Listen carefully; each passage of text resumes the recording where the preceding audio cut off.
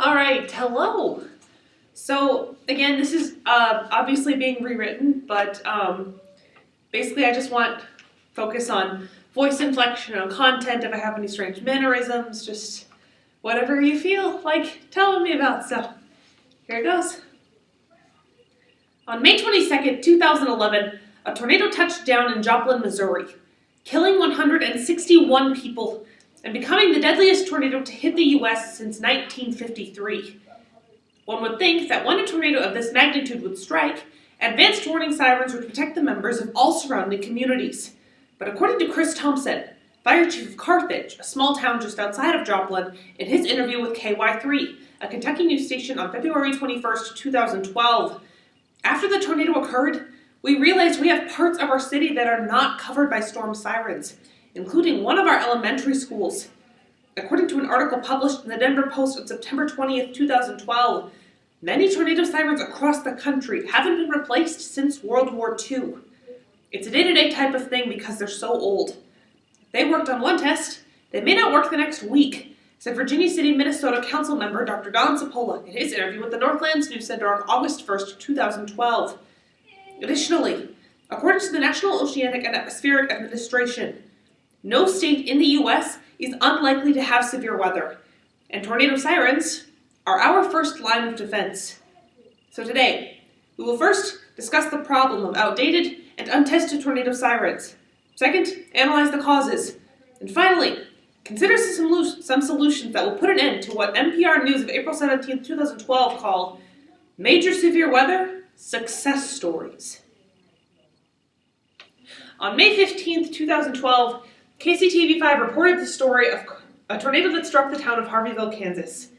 Just like in Missouri, no sirens sounded, resulting in the destruction of 40 to 60% of the town and serious injuries inflicted upon multiple community members.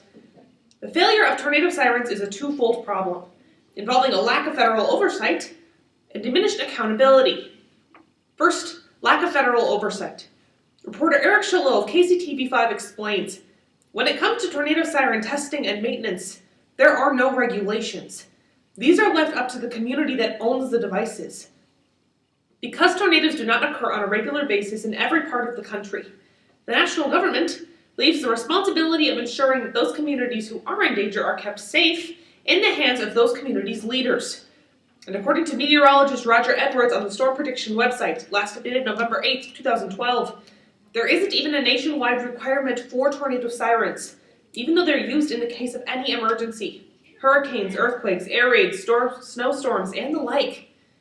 For example, the West Hawaii Today website, last updated January 6, 2013, stated that the city of Hilo is continuing to have problems activating all of its 71 sirens, after 21 of those sirens proved to be dysfunctional during the tsunami evacuations of October 27, 2012. We so often take for granted what we consider to be an obviously necessary precaution, and it's this assumption that has led to the endangerment of our citizens nationwide. Second, no one is held accountable for the failure of tornado sirens. Every community that has tornado sirens has their own regulations as to the upkeep and testing of those sirens. Thus, every community's requirements of various safety departments as to just how well and how often their sirens are checked are bound to differ from those of other communities. The USA Today of April 26, 2012 elaborates, across the United States, there are almost as many policies for sounding outdoor warning sirens as there are jurisdictions that have them. Regulation varies even between neighboring towns, making it nearly impossible for state governments, let alone the federal government, to hold anyone accountable for the failure of tornado sirens. Derek Peterson, a resident of Virginia City, Minnesota, said in his interview with the Northlands News Center that he hasn't heard the tornado sirens around his home, even though there have been tornadoes for over 10 years. There are two main causes behind the silence of our sirens: slack in tornado siren testing and repair, and the misuse of funds.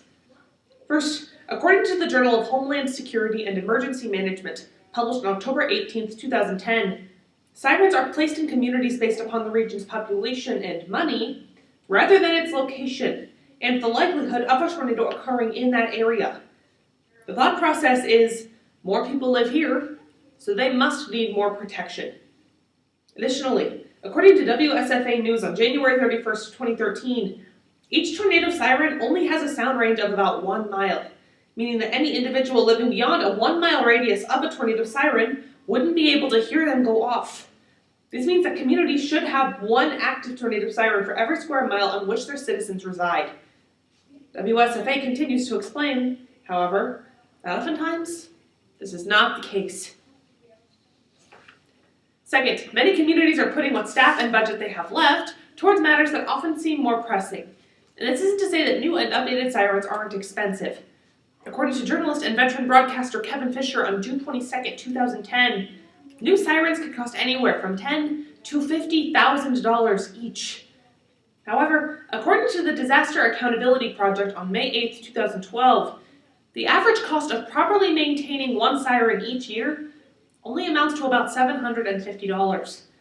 This means that by updating their sirens and keeping them properly, the additional costs of communities actually save money, rather than keeping their older sirens and spending the additional costs of time and money to make more major repairs. Additionally, instead of spending the money they have on safety provisions, communities are choosing to spend this money elsewhere. For example, Putnam County, a community set right in the center of Indiana where WTHR reporters revealed in 2012 that nearly 200,000 people live where there are no tornado sirens at all, spent most of its $58,000 Homeland Security grant to buy dozens of gas masks, boxes full of chemical suits, a plutonium-detecting gamma and neuron ray radiological monitor, and for good measure, plenty of weapons of mass destruction test strips. It would seem they're better prepared for the unlikely event of a zombie apocalypse than they are for a far more likely tornado. As Phil Roberts, Emergency Response Director for the state of Indiana, explains, "We can never count out terrorism, but one thing we can know for certain is that we're going to have severe weather." According to the aforementioned CBS article, many residents in Tornado Alley have grown up counting on tornado sirens to warn them when a twister has been spotted on the ground. But emergency officials say that can be one of the least reliable methods. We must defer to a few solutions, both at the governmental and personal levels. On a governmental level, there needs to be consistent regulation at the higher levels of government concerning the testing and maintenance of tornado sirens. This means that the national government needs to enact legislation that would universally assign one safety department the responsibility of the tornado sirens in any given community. Determine that tornado sirens need to be tested once a month, with those testing logs being far more closely monitored, and that both states and individual communities will face consequences, such as a loss in the funding they receive for other programs, should any of them fail to comply with this new regulation. This would then ensure that the states strictly follow this new policy. Unfortunately, until this regulation is enacted, it is not wise to rely on tornado sirens alone. Therefore, we can turn to two personal solutions. First, investigate the town you live in.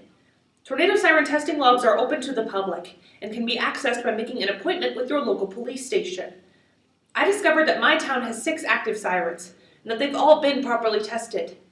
Check the records for the sirens in your community, and if they haven't been tested properly, ask which specific safety department is responsible for the testing and maintenance of tornado sirens in your community and bring it to their attention.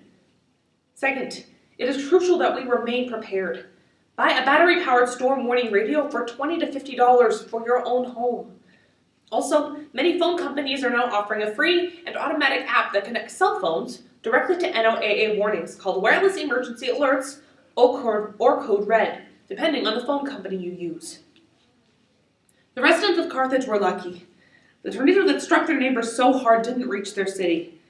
According to KY3, though they wish a disaster like the one in Joplin could be prevented from ever happening again, officials know being prepared is the next best thing.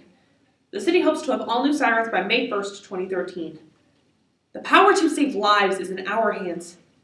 We have an obligation to act so that we can ensure that these severe weather success stories become failures.